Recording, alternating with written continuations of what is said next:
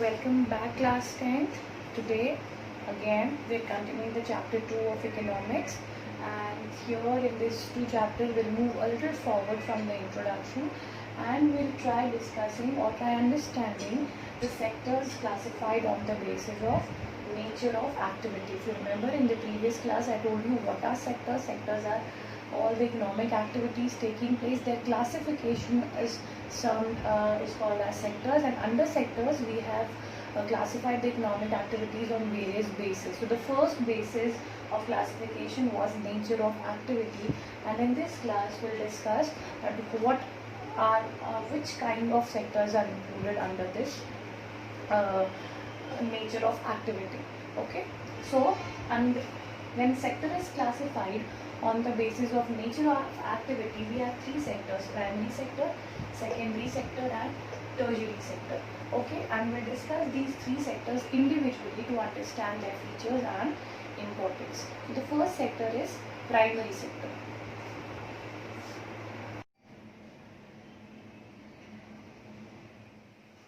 Primary sector. So the primary sector is a sector where all the activities are performed using natural resources. All the economic activities under this sector are done using natural resources. For example, cultivation of crops. Now, cultivation of crops can be done on a natural resource called land, and here the production depends mainly on natural factors. Now, what are those natural factors which affect the production? Climate.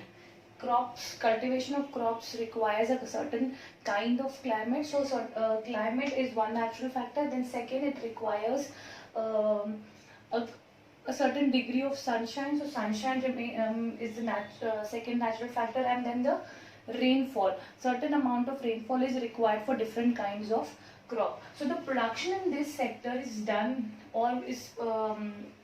done with the help of natural resources, and production depends on natural factors mainly.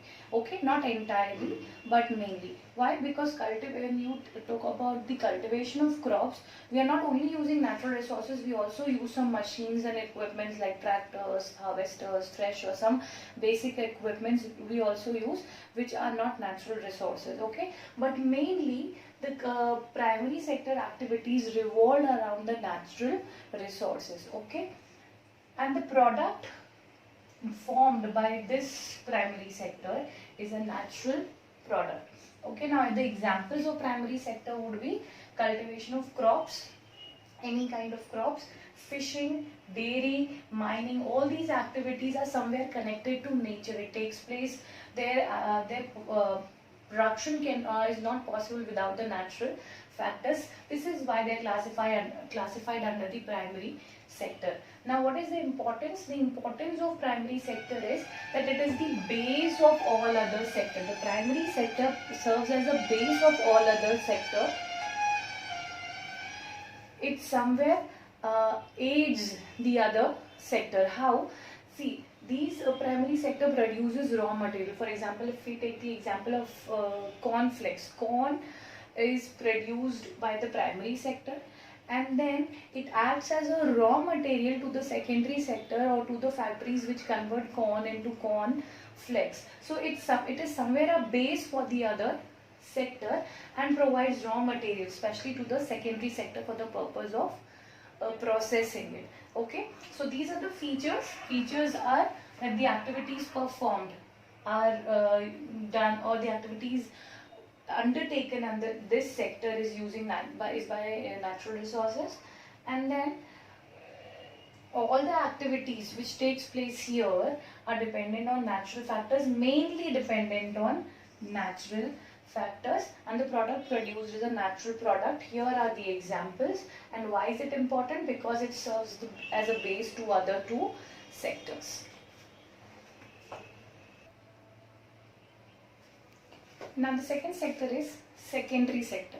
Now the work of the secondary sector is to convert all those natural products which were found in the primary sector into a finished product. See, you cannot use the primary product as it is. It requires certain kind of processing, certain kind of manufacturing is to be done on them so that it becomes usable by the final consumer. And this processing is done by the secondary sector. So this sector involves the manufacturing or conversion of the natural product into the final product. So we call those natural products here as raw material. The natural products which are the products of the primary sector becomes the raw material of the secondary sector. So basically what does secondary sector do? Secondary sector converts the converts the raw materials into final goods. So it deals with processing of raw materials. It deals with processing of raw materials. Okay, what is its work? Its work is to convert raw material into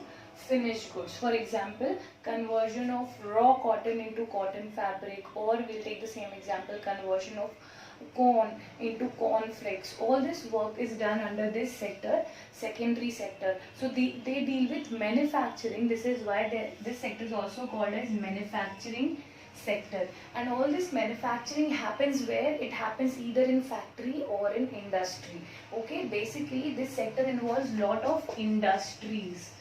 Okay, it involves lot of industries. Thus this sector is also called as industrial sector, and this is the sector which employs large number of people. So it's a large sector which employs many people. It is also a labor absorbing sector because it requires good amount of laborers to work and do this conversion activity. So what is this secondary sector all about? Secondary sector's work is to process the raw materials into finished goods. Processing into finished good. It deals with conversion of natural products. Natural product किसने बनाया? Primary sector ने, which is here the raw material. So what do? They convert raw material into finished goods. So they deal with conversion activity. They process it, and the other name is manufacturing or industrial sector.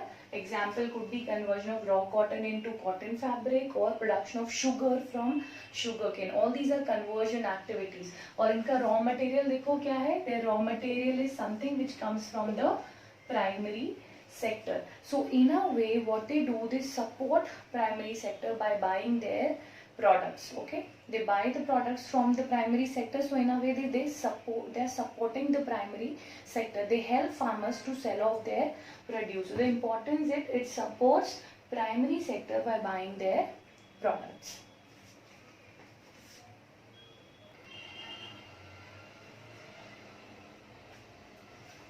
The last sector under the classification based on nature of activities, tertiary sector. Now the work of tertiary sector is not to produce any goods but to provide services. This sector does not produces any physical good. They do not produce a good which can be seen or touched, but instead they provide services. Services to whom? To the first two sector.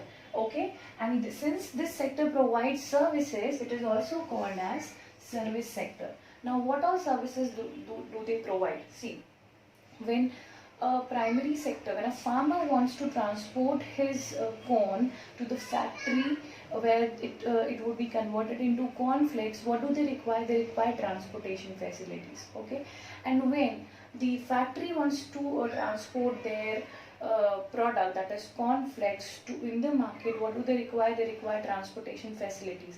Now these facilities or these services are provided by this sector called tertiary sector. So the services provided by this sector includes transportation, banking, communication, and also tertiary sector includes the services of some certain very essential services like teachers, doctors, lawyers, washmen, cobblers, etc. They do not produce any good, but then they are engaged in activities concerning services. Teachers provide the services, doctors provide the medical services, lawyer provide the legal services, washerman, cobbler provide the services which we require in day-to-day use. So these services are also included under the service sector. Now this banking, see, primary sector people, also the secondary sector people may require certain amount of certain amount of loan to start their venture or to finance their productive activities. In such a case, banks help them by providing them loan. So again, it's a service provided by them to finance their production activities. This is why banking is a very important part of tertiary sector. Okay, so the services which tertiary sector provides is transportation, banking, communication, and then some essential services are also part of this sector. What is the importance of tertiary sector? That it helps the other two sectors. It helps in transportation of primary products to the processing area, that is manufacturing sector, and then from manufacturing sector it reaches to the market with the help of the tertiary sector, since they provide transportation facilities. So all these three sectors are somewhere interrelated. Now in this class we have only discussed what are these three sectors and what activities are involved in this. In the next class, we'll discuss how these three sectors are interdependent and how do they work hand in hand. Thank you.